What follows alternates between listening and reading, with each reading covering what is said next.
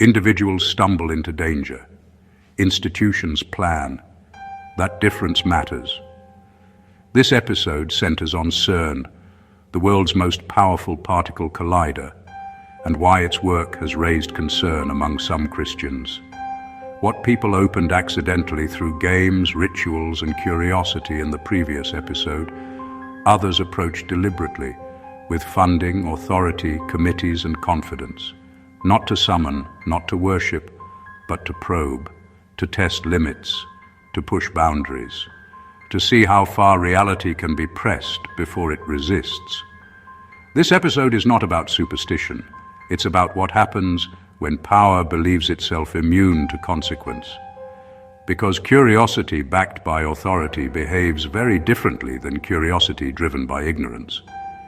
Institutions don't feel dangerous at first. They feel careful. They form panels. They publish safeguards. They speak in measured language designed to reassure. Risk is quantified. Consequence is abstracted. No single person feels responsible for what might happen, because responsibility is distributed. That diffusion creates confidence. And confidence, more than ignorance, is what allows boundaries to be tested without fear. Before anything physical ever happened, something subtle shifted: the language. Scientists stopped speaking only about particles and equations and began speaking about events. At CERN, researchers themselves began using language about hidden dimensions, unseen boundaries, and realms beyond direct observation, not as metaphors, as working concepts. Language reveals assumptions long before conclusions are reached, and not everyone was comfortable with the shift. Some researchers began using words like interaction instead of observation. Others spoke about contact rather than collision. A few openly admitted discomfort, then laughed it off as if to reassure themselves. But the words kept slipping through, as if the science itself was gesturing towards something it could not fully name. If you're watching this because something already feels off, you'll want to stay with this series. The machines were designed to answer questions. What is matter? What existed at the beginning? What lies beneath observable reality? But as energy levels increased, the questions changed shape. Experiments intensified. Margins narrowed. Power rose. And quietly, some researchers admitted something unsettling. They expected data, patterns, measurements, predictable outcomes. But at CERN, the scale changed everything. They did not expect response, not malfunctions, not glitches, something behaving as though it was aware of being observed. Response, a sense that the experiment was no longer one-sided, as if the act of probing itself had been noticed. This was not something written into press releases. It surfaced in interviews, in offhand remarks, in pauses before answers. That same word began to appear again. Awareness. At first, anomalies are dismissed. Every system produces noise. Every experiment produces artifacts. But the same irregularities appear again and again, not randomly, not evenly. Patterns emerge that don't align with expectation. Researchers rerun tests, adjust parameters, increase power.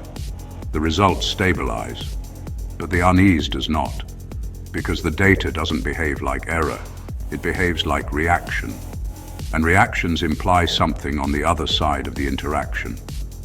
The most troubling part wasn't the first anomaly. It was the repetition. Irregularities appeared across separate tests, under different conditions, with different teams.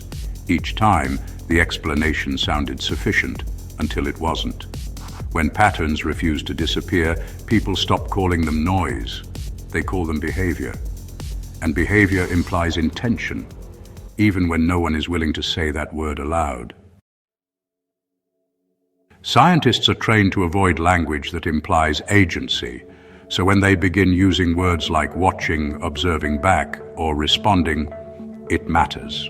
For Christians, that language carries weight, because Scripture has long warned that not all realms are inert or unresponsive. Some said it cautiously, Some joked after saying it.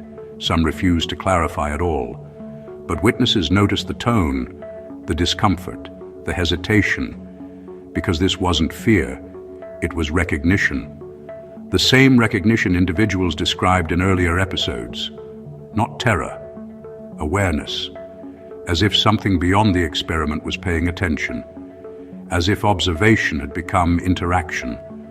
What people are encountering didn't start with them, and it doesn't end here. This is where many people misunderstand the danger. There are no candles, no symbols, no chants, no belief required. At CERN, access is pursued technologically, not spiritually. But access does not require belief to function. That's exactly the problem, because authority has replaced caution. Institutions assume that intelligence controls outcome, that if something exists, it can be measured. If it can be measured, it can be managed. That assumption has failed before.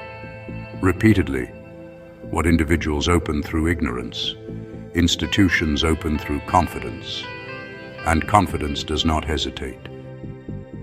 But belief has always acted as a brake. It forces caution. It introduces fear. It slows action. But systems built on disbelief feel no such restraint. If nothing answers back, there is no reason to hesitate. That assumption removes the last barrier. And when access is pursued without reverence or fear, it becomes purely technical. What is technical is repeatable, and what is repeatable eventually becomes routine. Long before machines existed, warnings were given, not about technology, but about reaching into places not meant for us. Not because knowledge was necessarily evil, but because access carried consequences. Those warnings were dismissed as myth, until modern language began describing the same risks, without intending to. Barriers, veils, thin places, thresholds, different words, same boundary. What makes CERN different is not intent, but scale, power, and persistence beyond anything the ancient world could achieve. Never before has access been pursued with this level of power, precision, and persistence. When ancient warnings are mentioned, they are not feared. They are smiled at, labeled symbolic, cultural, primitive attempts to explain natural phenomena. Modern institutions pride themselves on superiority, better tools, better language, better control. The assumption is simple. If something existed, we would already understand it. That assumption has failed before, often, but arrogance doesn't study history for humility. It studies it to feel justified. Here is the quiet escalation most people miss. Individuals grant access through participation. Institutions grant access through authorization. Budgets, approvals, committees, international cooperation. Permission layered upon permission. At CERN, access is not granted by one person, but by nations, funding bodies, and decades of institutional momentum. Once access is normalized, it stops feeling dangerous. And that's when the most important question disappears. What happens if something comes back? Because institutions don't ask that question. They ask, can we replicate it? Can we stabilize it? Can we continue? Curiosity doesn't retreat once it's funded. Access rarely arrives with ceremony. It arrives through paperwork, approvals, revisions, safety reviews that measure equipment, not consequence. Each step feels smaller than the last. No one feels responsible for the whole. Responsibility diffuses. Momentum builds.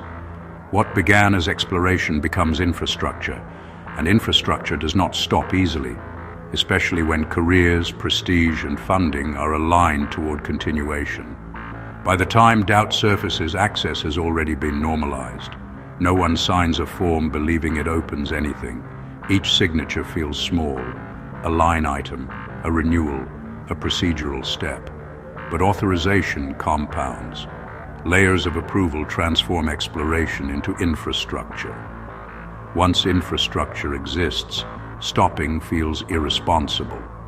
Momentum replaces reflection, and by the time anyone asks whether access should exist at all, the system depends on it continuing. People assume experiments can simply be stopped. They can't. Momentum doesn't reverse quietly. Prestige resists caution. And institutions do not admit uncertainty easily. Even if something unexpected were encountered, the pressure would be to proceed, not pause. Discovery is rewarded. Restraint is not. That is why some Christians are uneasy, because once access is normalized at CERN, it may not be possible to close what has been opened. That imbalance matters, because it means access once gained is rarely surrendered. Here is the most unsettling thought of all. What if the danger was never that humans would find something? What if the danger was that something would finally realize how to be found? The unsettling possibility is not that something unfamiliar was discovered. It's that familiarity was never required. Access alone may have been enough. Once boundaries are tested repeatedly, they weaken, not physically but conceptually, and what was once impossible becomes acceptable. The question is no longer what might come through. The question becomes what has been adapting all along. Individuals open doors without knowing it. Institutions open them believing they're in control. The fear is not that CERN is intentionally summoning dark forces, but that repeated access invites response from a realm Scripture says has always existed, and whatever crossed boundaries long ago understands the difference. The question now isn't whether doors can be opened, it's whether anyone remembers how to close them. In the next episode, we examine what happens when access becomes influence, and whether something unseen has been shaping human behavior far longer than science admits. Demons Among Us continues. Cheers!